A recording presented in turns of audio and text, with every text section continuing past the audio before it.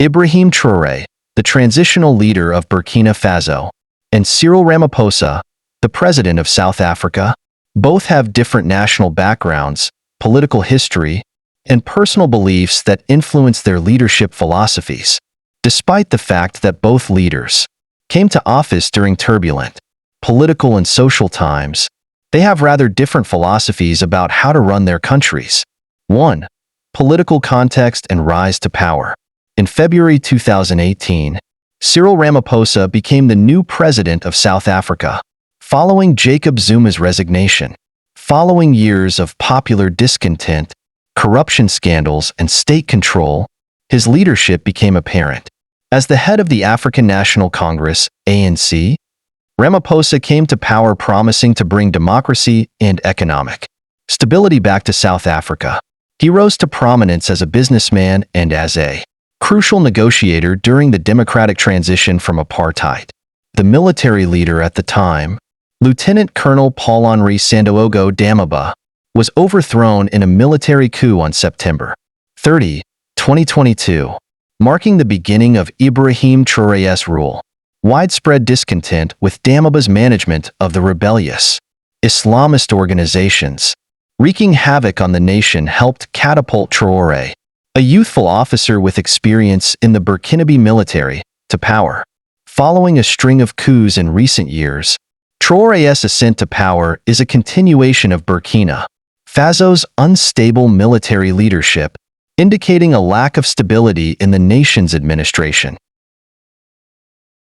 2. Governance and policy focus. Ramaphosa's leadership has been characterized by his attempts to solve the structural issues facing South Africa, including unemployment, economic inequality, and corruption. Former trade unionist and entrepreneur, Ramaphosa has placed a strong emphasis on economic expansion and investment in an effort to draw in foreign funding to update South Africa's sectors.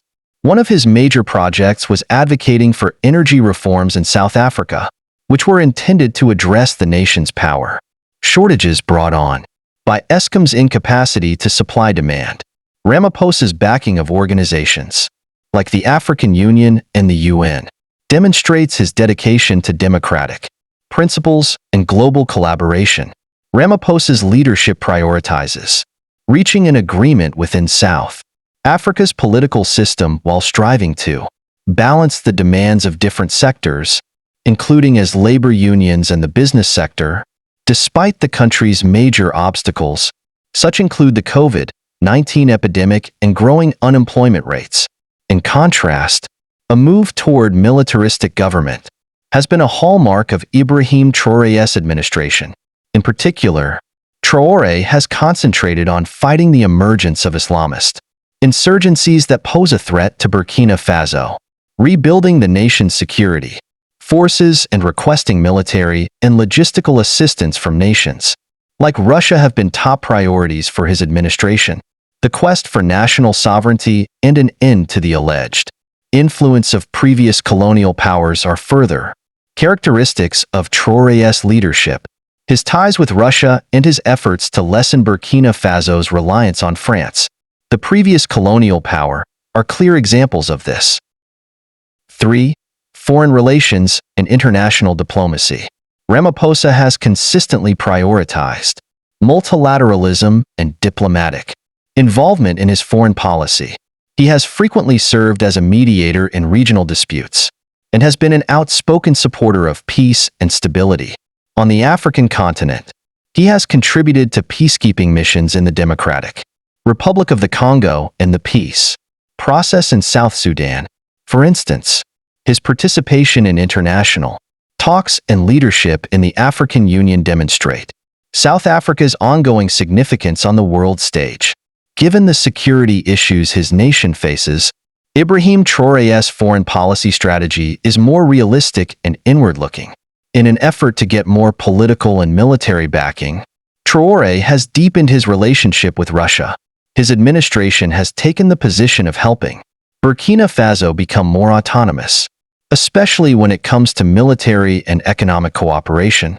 This is in line with his larger objective of lessening the sway of Western nations particularly after the nation severed its ties with France and drove out French troops.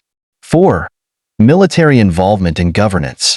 Although their strategies are different, both leaders have had to face the fact that the military may play a role in politics.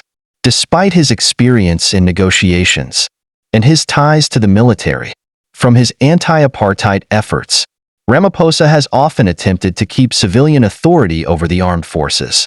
His administration has come under fire for its management of the nation's security issues and for failing to stop corruption in the defense industry.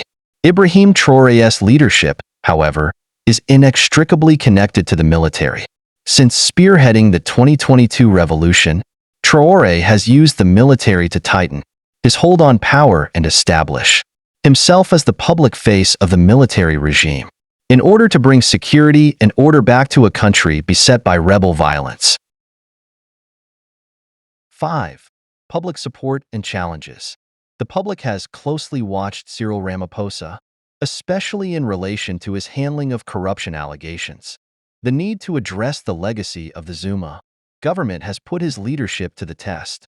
His government has come under fire for not acting swiftly enough, especially when it comes to economic reforms and job creation, even if it has made progress against corruption. Although most people thought he handled the COVID-19 issue well, the economy has not recovered quickly after the epidemic, and unemployment is still at dangerously high levels. On the other hand, optimism for change and a sense of national pride have supported IBRAHIM Traore's leadership. At first, the coup and his pledges to crush the Islamist rebels were warmly received by the populace.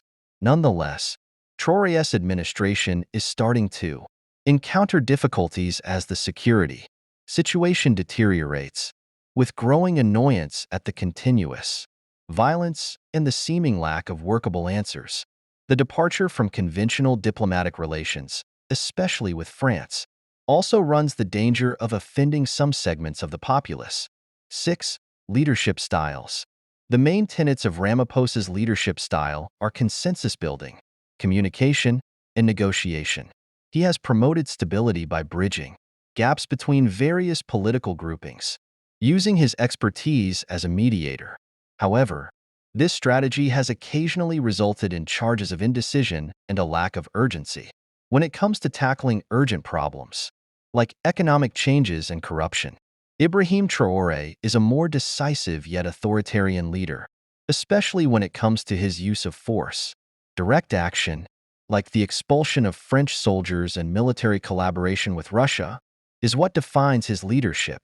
Traore has established himself as a leader who is prepared to take decisive action to defend Burkina Faso's independence, even if doing so means upsetting allies abroad.